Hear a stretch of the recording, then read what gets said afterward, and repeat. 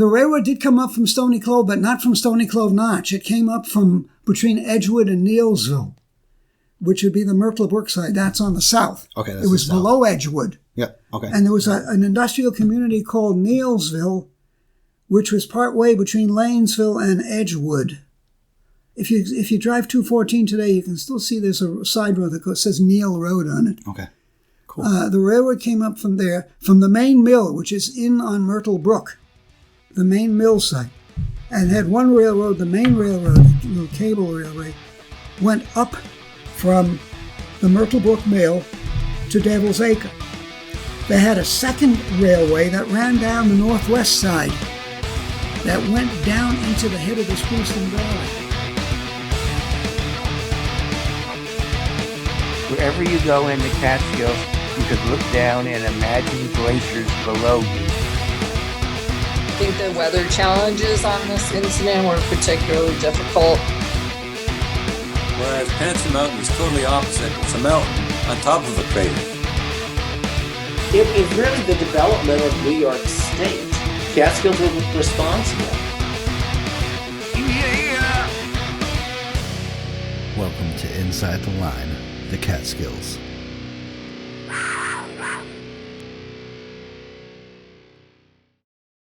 All right, welcome to Inside the Line, the Catskills.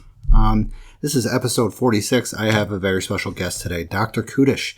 If you don't know who Dr. Kudish is, then you don't know the Catskills. You need to get out there, get his books, and find out who this man is, because he is a legend, and he's going to deny it all the time. Tonight, we're here to talk about logging railroads in the Catskills, and he has a bunch of books open. When I'm at his house, which is Dr. Kudish, you are my second in-person interview out of 46 episodes. So that's pretty special. How you doing today? Hectic. Sorry, this was a last-second thing, everybody. Sorry, he's all over the place. We've been doing a bunch of things today. He's shown me around his amazing library, 2 houses that contain everything about the Catskills and the Adirondacks. It's pretty crazy, wouldn't you say that? Well, it's dense. It's dense. Excellent. Thank you to the monthly subscribers, Darren White, Vicky Ferrer, John Comiskey, Alec Betancourt, Sarah Bacon, Jim C., and Michael Bongner. Thank you guys very much for donating monthly to the show and being kind of like my sponsor. I really appreciate it. So let's get into it right away, Dr. Kudish. Usually I go over if you're drinking anything for like liquor or something like that. I don't know if you drink anymore, do you? Did you ever drink? No. Okay. Alcohol is for putting on insect bites so they don't infect. Really? Good call. I agree. I also asked you, have you gone what was your last hike you went on? Oh, last Wednesday? Yeah. Sugarloaf. Oh, tell me about that. You went up with Mo and Mark Wolf. Yeah, Mark Wolf, and who was the director of the Mountaintop Arboretum, and Mo, who was one of our guides. I had 2 purposes of going up. One of them was to check a bog that I hadn't been in 20 years and take its temperature, because I'd never taken its temperature in the summertime. And it's on the west shoulder of Sugarloaf at about the 3650 foot level, just below the summit on the west side, and we did that. And the other purpose was to check a sugar maple grove on the east shoulder at about the 3,200 foot level to find out why it's there. Because up until about a year or 2 ago, I assumed that all high elevation sugar maple groves were caused by springs and seeps, in other words, abundant water, until I found out that there are 2 sugar maple groves in the Catskills at high elevations that are not caused by springs and seeps. And I wanted to go back up to this one in Sugarloaf and see what the cause was. It's a spring and seep. It's not the other cause, which is very rare. There are only 2 of them so far. Interesting. Now, is it because of the steepness of the slope, or is it? Well, the water comes out of the bedrock at that point, at that elevation. A lot of the water precipitation that falls on the mountain higher up goes down through the soil, through the bedrock, and comes out at about the 3,200 foot level, seeps out, and there's a lot of moisture so that the sugar maple can grow there. Below it and above it, it's just too dry. So you have spruce, fir, paper birch, yellow birch shrubs. Wow. Interesting. And what was the temperature of the bog up at the top? I'd have to look that up. Was it unusual or no? No, nothing unusual. Okay. It was probably, when you go down about a foot or more, it's usually in the mid to upper 50s, and the surface is more like 60. That's quite normal for this time of year. And this was a very big hike for you. You did like 10 hours out in the field, right? And a lot of elevation. Yeah, it was 9.5. Oh, wow. That was a long one. Well, there were two reasons why it took so long. Number one, I'm slow. And number two is Mo and Mark and I were looking at all kinds of things. Mark kept finding all kinds of plants, and we'd stop and look at the plants. That's one hell of a day. I'll agree. With you guys, it would be a fantastic Well, day. I thought it was 6.4 miles, but it was more than that because of the bog, more like 6.6. Oh, wow. That's not bad. That's a good day. But you have all the gain, though. Elevation Elevation gain is... was 1,800, but then we went over the summit and back again, so it might have been more like 19. See, that would kill my knees. I don't understand how you can do Well, that. we'll go very slowly. How old are you? 79 and a half? 79, well, not half yet. I'm getting there. Yeah, Okay. 79. Wow. Unbelievable stuff. I'm not supposed to hike like that, but then But it needed to be no done. one told me I shouldn't. Exactly. And I've been doing it all my life. So. And you have a good time doing it, and that's why you do it. Yes and no. There's a lot of pressure trying to get all the information in a reasonable time. That's true. Who's putting that pressure on? You were. It comes from all different, including myself and including a lot of colleagues. Well, you do it to have fun. Don't Yeah, kill but yourself. sometimes it gets overwhelming. Yes, I agree. So the only Catskill news I have, we went over previous hikes. I haven't been. Where did I go? Last hike I went on was Friday in Balsam Cap. That was pretty fun. It took a long time. It was a very good, beautiful hike. Love that hike. But if you can, volunteer. I have volunteer links in the show notes, so check that out. A lot of people need to volunteer for our places. We need the help anywhere we can get it. So usually I have a Catskill Mountain History time, but we're not doing Catskill Mountain History time. Well, we're actually doing the whole segment is Catskill Mountain History. So Oh, we're okay. going to skip that. Usually I have something planned out, usually from one of your books. So, but we don't need to do that because this is Catskill Mountain History. Tonight we're talking about logging railroads in the Catskill.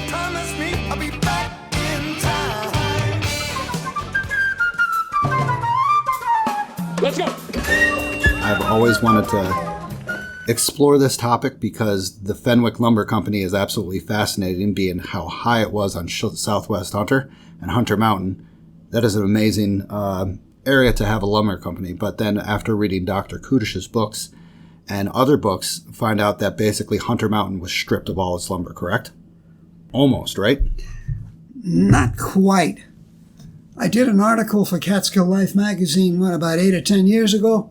It was called Between Fenwick and Edwards, a Slice of First Growth.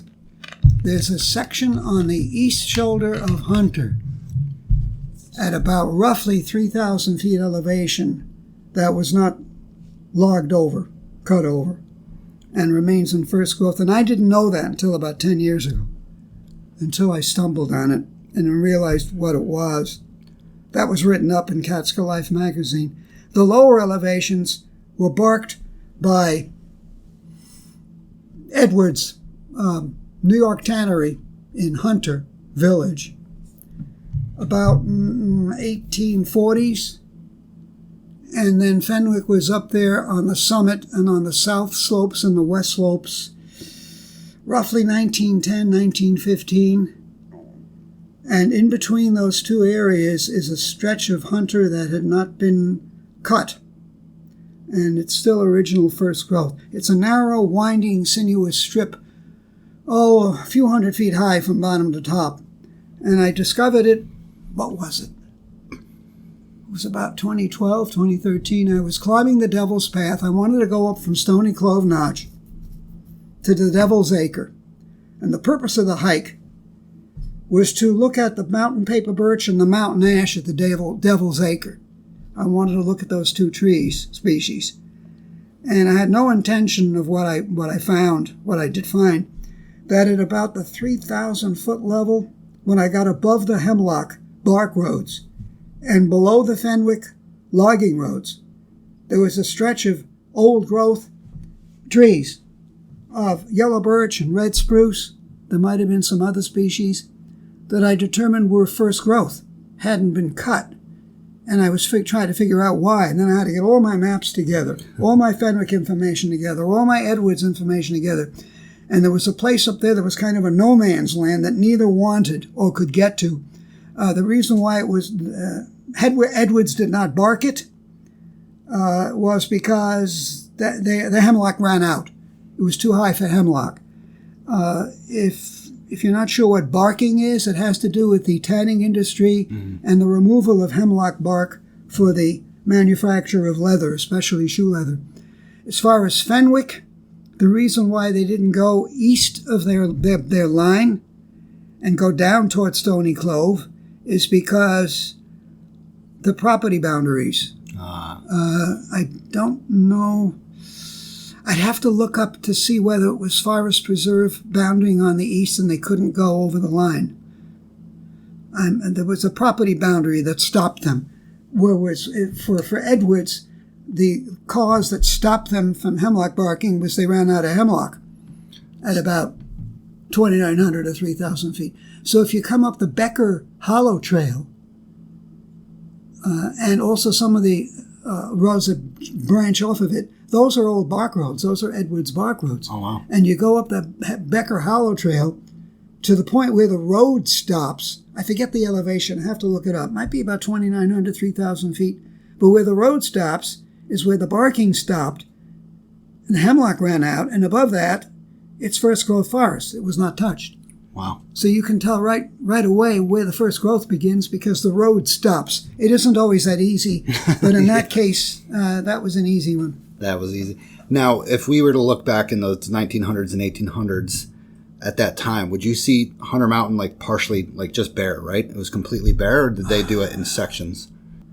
Well, if you're looking at the lower east slopes above Stony Clove, only the hemlock would have been felled. Okay. So if you had a nearly pure stand of hemlock, then it would be nearly bare. If you had hemlock mixed with spruce and hardwoods, then you'd have just the larger, older hemlocks gone, and everything else would still be intact, unless it was in the way.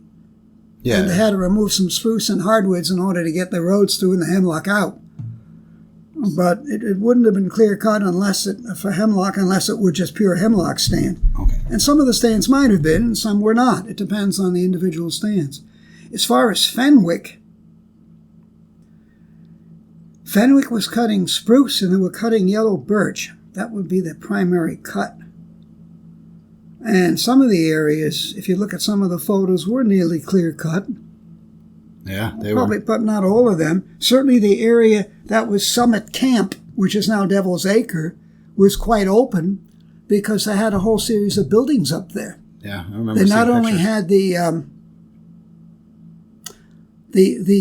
what you call it was a stationary donkey engine for the railroad. That is, it was a steam engine for the cable network for the railway.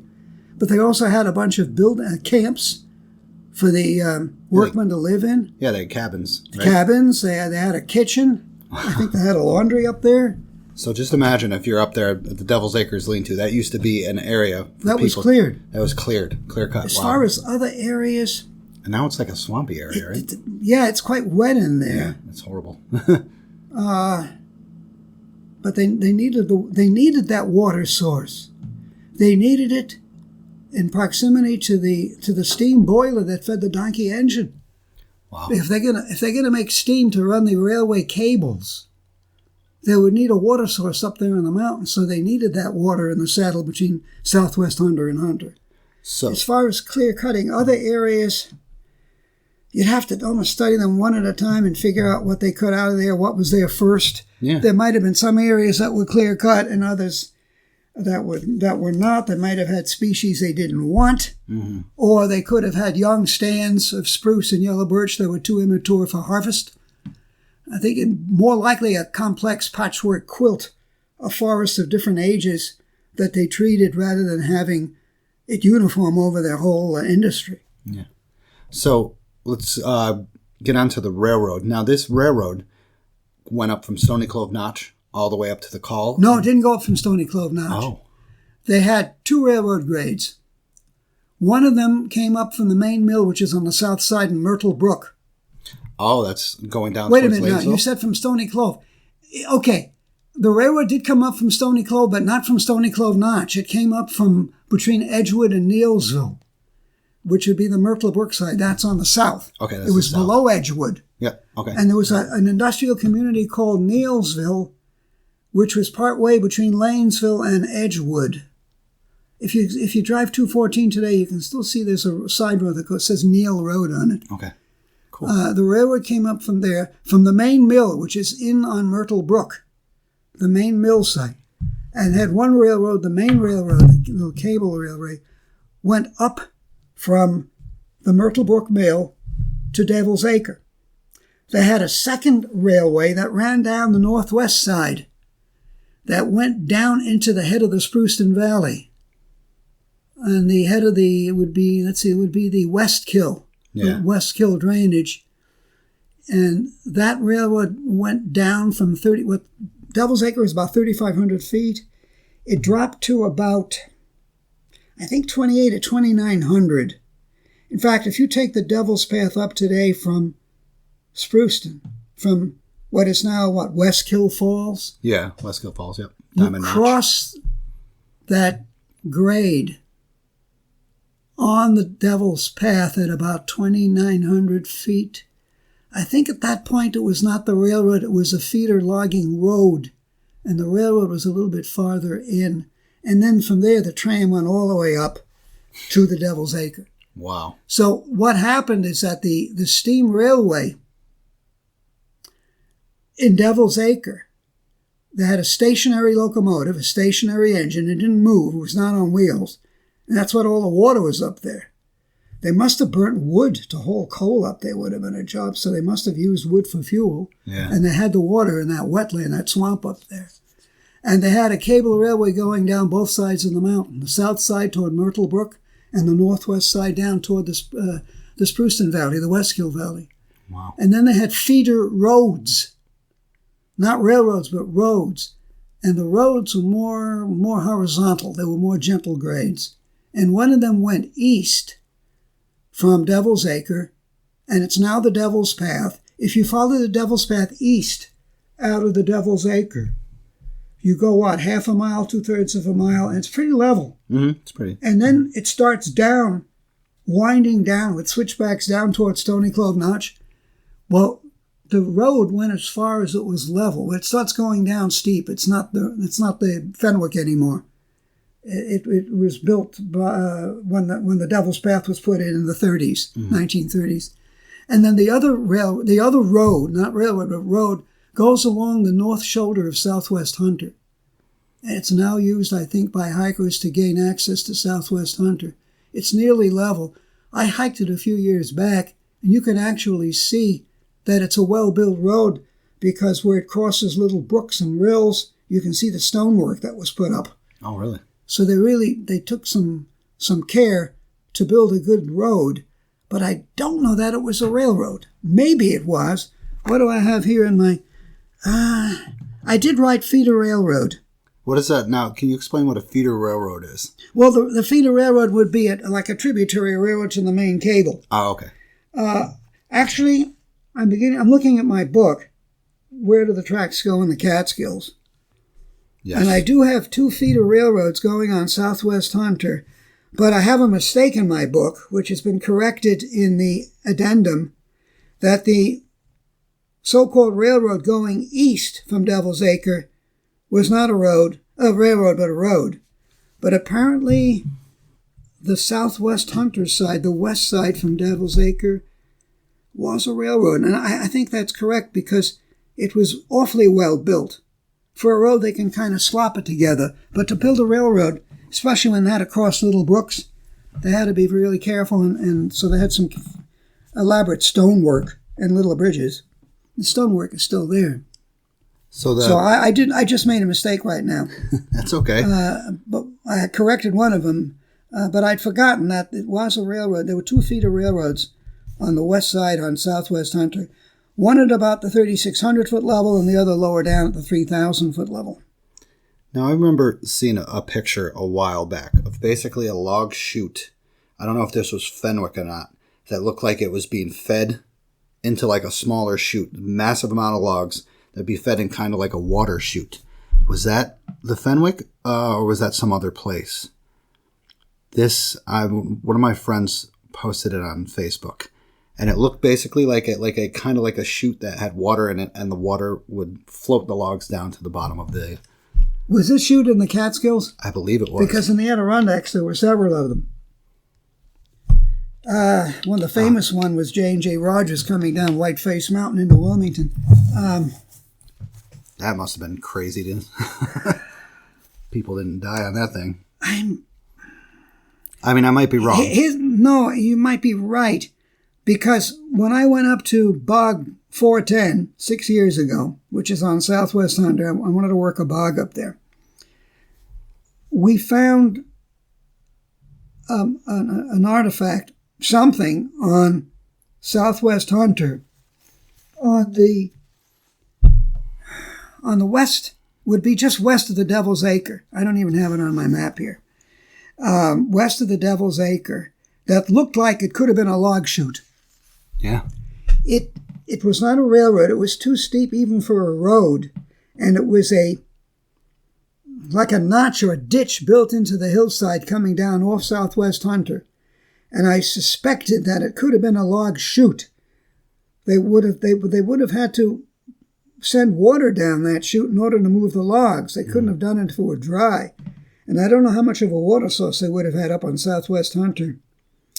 So one of my aims in going back up Southwest Hunter is to see if I can find what I think was a chute and confirm it or correct it. So it is possible they could have had a series of different structures. They had cable railways. They had roads. Why not? They could have easily had chutes in addition, which would be water-powered rather than rail or horse or ox. So it's possible. But I'd have to think whether any other logging railroads in the Catskills would have had a log chute. Yeah, I've only seen one picture of it, so it might have been like a misinterpreted picture, and somebody put something on there. But I'll have to look it up sometime and send it to you. Well, there were other logging railroads in the Catskills. There might have been a half a dozen of them in total. Oh, wow. And I don't know of others that had a chute. Yeah, so the Fenwick Lumber Company, how big was a company? Was that like one of the biggest in the Catskills, you think? Or I would kind of guess yes. Yeah. I mean, you'd have to compare it to the other, but statistics as far as finances and acreage and material harvested and years run and number of employees, I don't have any of those statistics. Or I'm just fortunate if I can figure out that there was indeed a logging railroad there and where the grades were, where they actually did their work. I'm more into the geography of it than the business aspects. Mm-hmm. So you'd have to get other sources to find out some of these other questions. But my guess would Fenwick, I think, was certainly the best known. Oh, the best known. Okay. And probably the largest. Okay. There were several more, and I'm still finding more of them, the smaller ones. I know, right? So what do you find about the Fenwick Logging Company on this area of Hunter Mountain, Southwest Hunter, to be like a fascinating detail that they did? Was it like the base camp, you think, that was really like at 3,500 feet? I mean, that was called the Summit Camp. The Summit Camp, okay. The base camp, they might have had a base camp. Well, there was a base camp, and it was called Base Camp, and it was on the Spruceton side, on the West Kill side, at about 3,000 feet. Oh, okay. At the base of the smaller of the two cable railways. I have it on my map here. So they did have a place called the Base Camp.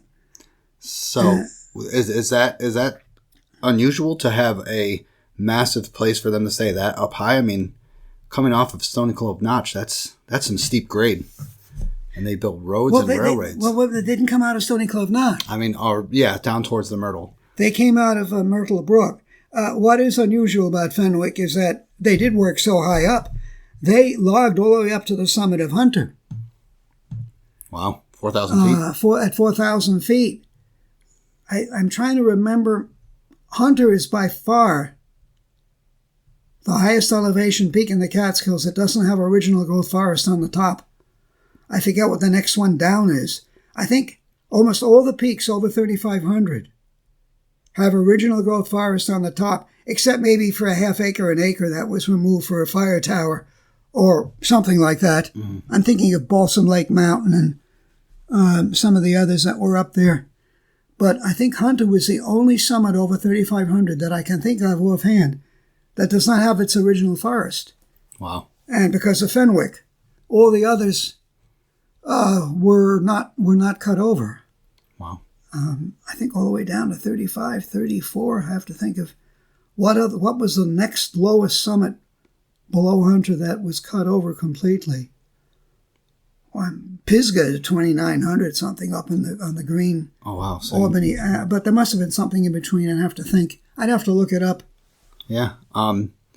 Now, how long was there? Do you remember how long their operations were of cutting the forest was? How long did they last? I can look that up here if you want exact, but just off the top of my head, I can tell you approximately. Yeah, that's fine. I think they were established in the first few years of the 20th century. 1905, 1910, somewhere in there. Mm-hmm. And they ran up to about 1915, 1920. Oh, wow, it wasn't that long. So maybe only a decade or two. I can look that up. I should have that here. I'm looking up if I can find it fast enough. Yeah, take your time. No, I don't know that I have it here. It's okay. I should. Is it because they ran out of lumber up there, or is it because of like state regulations on the Catskill Forest Preserve? Well, after they logged, they sold to the state. It became part of the Forest Preserve. Well, that was about 1920, maybe a year or two earlier. So they were working some roughly 1905 to 1915, plus or minus. I can't remember the exact year. I'm looking to see why I don't have the dates here handy. I thought I did. That's strange. A rough estimates, actually. Yeah, well, it's the first good. 2 decades of the 20th century that they were busy. Okay. Wow. Unbelievable stuff. And these railroads and stuff, it's fascinating that they would build on these steep grades and stuff like that. But they also did that in the Adirondacks as well, right? Did they have railways that high in the Adirondacks, or they just... The steep grades would usually be a cable or a chute. And Fenwick's railroad was a cable. Because there's no way you could get a locomotive up a grade like that or down it. So that's unique for railroad stuff, right? I don't know of any, except for that log chute on Whiteface Mountain, J&J Rogers, which came down. It came down from where the toll house is on the Whiteface Mountain Highway down into Wilmington, which is quite a drop. But it didn't go up to the top of Whiteface. I have to think. But the other logging railroads in the Catskills, they didn't go up very high. Yeah, not like this. No, nothing like that. Nothing on the tops. There was a railroad in Mary's Glen run by, the name will come to me, of the person whose company, Oliver Perry. He logged Catskill Mountain House lands, and he went almost to the top of North Mountain, not quite. The Mary's Glen Trail follows that railroad on and off. Oh, wow. I forget just to what elevation they went. North Mountain is at 3,100 feet. What is North Point? North Point? 2,900, 3,000? It didn't quite go up that far. I have to look it up, maybe 2,800 or so. But then Yeah, it's 28. coming up from South Lake, the mill was on South Lake, and the logging railroad went due north, up rather gently, in almost a straight line. The Mary's Glen Trail follows it. And you can still see remnants of the logging operation. You still can see pieces of cable and pieces of metal. I'm not sure about rail up in Mary's Glen. But you got to be looking, though. You got to know. Yeah. Okay. Well, I was given a clue about it. Some of the early hiking guides, not by the New York, New Jersey Trail Conference, but by the DEC, by the New York State Conservation Department, some of their early brochures on Catskill trails. By early, I mean 1930s, 40s, 50s. Oh, wow. I've got a selection upstairs. I think they were by a fellow named Mulholland, who was a DEC or Conservation Department staff member, would write in his trail guides, pass old lumber camp or pass remnants of a logging operation. So he was one who clued me in on that. And then there was other information, other sources. Wow. But that was the Oliver Perry logging operation, and they were logging Charles H. Beach lands, Catskill Mountain House lands. That also would have been 1910, 1915, that era. Wow. So much competition all over the place. But they had different geographic areas. Mm-hmm. They weren't competing for the same tracts. They had their own lands, or they had logging rights to other lands. There was a logging railroad, which is still quite mysterious, in Platte Clove, with the name of Hulse, Hulse. When I did my book in 2011, I think, I didn't even know how to spell Hulse. I just heard it pronounced. I thought it was Holtz, but it's Hulse. Oh. And there were places on the east slopes of Cortiskill High Peak where you had Hulse logging on one side of the mountain and Perry logging on the other. Wow. And I've seen the map showing the boundaries, where each boundary was, and I was wondering whether between them there was any first growth left, and I found out that there was none. It had burned. It was oak. And then the Kelly Hollow Logging Railroad, which I had been told about for years and never knew where it was until I found it about 2 years ago. In fact, I found it so recently that it never made the addendum. I think this addendum was 2017, and I think I found it about 2019 or 2020. Kelly Hollow is a very popular hiking recreation place, camping, cross-country skiing, hunting in the western Catskills. It's out in the Millbrook Valley. Mm-hmm. It's south and west of Margaretville. And I had been told that there was a logging railroad in Kelly Hollow, but I never knew it was, and no one knew it was until I began to really do some careful fine-tuning research and figured it out. And our Middletown Historical Society of Middletown, had 2 field trips in there in 2021, in the spring and in the fall. And we had such a crowd in the spring that we had to turn people away. We had a second session that ran in the fall to take the other 25 or 30 people. Oh, wow. And our president of our local historical society, Diane Galusha, and I co-led the field trip. And it worked out extraordinarily well. I talked about the sawmill and the railroads and the plantations and the forests, and she talked about the farms and the settlers and the genealogy, and it was very compatible, and I think people really enjoyed it. And how I found that Kelly Hollow Railroad was a whole story unto itself. You would need to look at the photos I used and the maps I used to figure it out. We had one photo that showed just a little bit of the railroad and the mill, because the old mill photos had a caption, and it said, Owen Sawmill, Arena, New York. So for decades, I thought that Owen Sawmill was an arena. It was not an arena.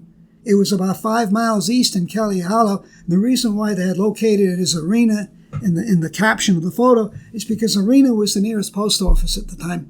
And people would not know where Kelly Hollow is, but they might know where Arena was. It was a railroad stop, too. Wow. So that was one of the difficulties. Once I figured out that the mill was not an arena, and I was able to get a match for it in Kelly Hollow, we found the sawmill. And in the photo, you could see how the railroad was coming into the sawmill on an elevated grade, on a trestle. And once we had the photo of the sawmill, and we located the sawmill, then we knew where the railroad was. And there's now a trail called the Long Loop Trail in Kelly Hollow. And that Long Loop Trail goes by the Kelly Hollow Lean-To. Well, the Lean-To is about where the start of the railroad is, and the railroad went east and south down to the mill. And when you hike on the Long Loop for about 3/4 of a mile, you're on the old railroad grade. Wow. And that's why it's so straight and relatively smooth. So with all this research that you've done, how do you start? I mean, of course, it's remnants and stuff, but you get the pictures, you try to match like where maybe the geography is, like you see a slope or something like that. Yeah, that's why I had a lot of trouble with Kelly Hollow Sawmill, or Kelly Sawmill, Kelly Hollow Sawmill. Yeah. The reason is the postcard said Arena, New York, and the topography did not match. Yeah. It just didn't match because it was not an arena. It was 5 miles away east in Kelly Hollow. Wow. There was another little railroad. I think it was called Young's Railroad, and there's a picture of it in one of the books. And it was a cable railroad, logging railroad. It was out in Holiday Brook. I think it's in Holiday Brook, which is farther west toward Downsville. Yeah, it was west over towards the reservoir. Toward Cat Hollow area, Holiday Brook. There's Barkaboom Stream, and then there's Beach Hill Brook, and then Holiday Brook, and then Cat Hollow. It's west of the Catskills, south of the Pacton Reservoir. There was a small outfit there. I think it was called Young's Railway. There's just one photo of it. It shows a cableway coming down the mountain. And I've been there. I've seen the place. Wow. So with the Fenwick area, was that difficult to do a lot of research on or was it actually very easy because of how, flat the top was and the remnants of everything? Well, it's steep getting up there. Yeah. About 7 years ago, the Mountaintop Historical Society of Greene County had a field trip. And we hiked up the cable railroad grade from Myrtle Brook. We passed the sawmill site and went up to the Devil's Acre. But coming down, we came down a different way. We were going parallel to the east, and we took a route down that I had never been on before. We followed the road down. The Fenwick Lumber Company had built a road east of Myrtle Brook. The railroad was on the west side, the cableway, but on the east side of Myrtle Brook, parallel to the railroad, was a road which was used to bring a lot of equipment and supplies up to Devil's Acre from down below in the mill area. Was that by oxen and by oxen or horses or both? Oh, wow. It was a whole road, and we hiked it down. And we had to find it first. Mm-hmm. And we did. We found it, and then once we got on it, it was pretty easy and followed all the way back down to the mill. So they did have a road going up there from the Myrtle Brook side that paralleled the railroad. The railroad was to haul logs down, and the road was to haul equipment up, probably supplies for the camp, food.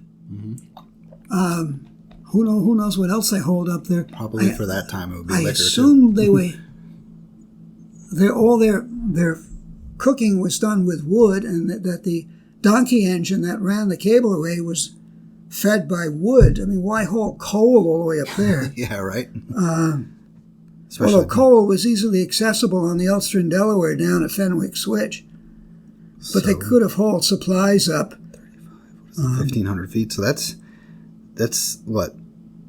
1,300 feet of gain from the creek all the way up to the Devil's Acre. Okay, a Fenwick Switch at elevation about 1650. The mill was 1960, and the Devil's Acre was at 3,500. So yeah, that's 1,300. I don't know if you can see, but here you're looking upside down at my map. Here's the whole road. Yeah. Oh wow. And here's the railroad, and on either side of Myrtle Brook, here's the mill, and here's 214. Here's the Stony Clove Valley. This is Fenwick Switch, where they loaded all the lumber on the railway cars in the Ulster and Delaware. That's the Ulster. That's where the Ulster and Delaware came up, correct? Yeah, the branch that went up to Hunter and South Lake. That's a whole other topic right there. That's the Cortiskill branch, or the Stony Clove and Cortiskill, I think they called it. Uh-huh. And where did that stop? Did that stop right in the Stony Clove, or did that continue up till Hunter? Well, it went up through Stony Clove Notch. Okay. And then went downgrade to Cortiskill Junction. Oh, okay. And then from Cortiskill Junction, it split. One line went east to Tannersville and Haynes Falls and terminated at South Lake, which was called Cortiskill Station. And the other line went from Cortiskill Junction, not to be confused with Cortiskill Station, went west about 2 miles or so into the village of Hunter. Oh, okay. So it split once it got to the junction. Okay. Now, the Mountaintop Historical Society this fall in conjunction with a group of people who have been working on the rail trails up there. During Lark in the Park, I forget what date it is, it's October the 10th, somewhere around October the 10th, they are running a field trip, a hike, that will include Cortiskill Junction site with permission of the owner. We've met the owner, where the station used to be, where the junction was. And then we're going to go west toward Hunter Village and follow the grade. And they put some bridges back over, I think it's called Clove Creek or Clove Brook. It's the stream that drains Stony Clove north, the notch north into the Schoharie.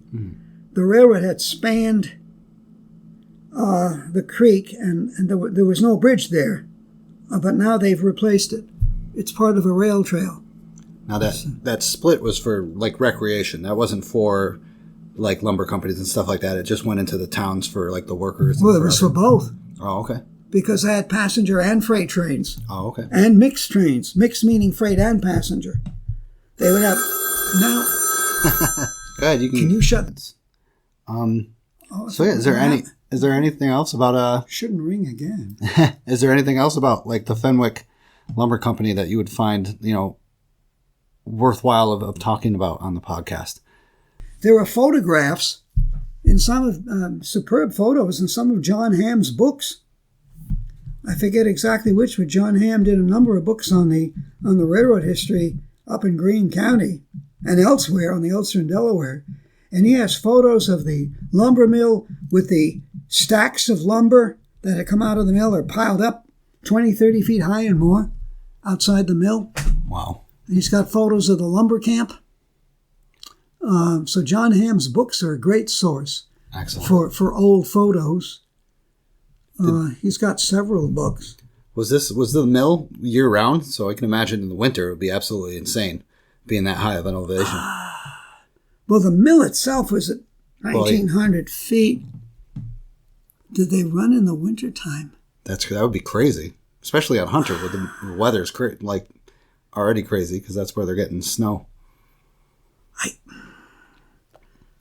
I don't know if they shut down in the winter. Maybe they did. I would think so. That'd be tough. You'd have to plow the. Well, they'd have to get the cable would have to be running. Mm-hmm. Interesting. I have a feeling they shut down in the winter, but that you'd have to look up. That kind of thing I don't know, because most of what I have is on the geography, where things were on the ground. Yeah. And not so much on the operations. Interesting. Another source other than John Hamm for the Fenwick is a colleague of mine who's a professional land surveyor who at least a number of years ago would go around to different historical societies and museums and talk about the history of the Fenwick. His name is Rick Brooks. His surveying office is down in Highland, which is across the Hudson from Poughkeepsie? Yep. And he came from the Catskills. His granduncle was my mentor, Ed West, and I knew Rick since he was a boy. And he became a surveyor. And not only is he a super surveyor, he's a super historian.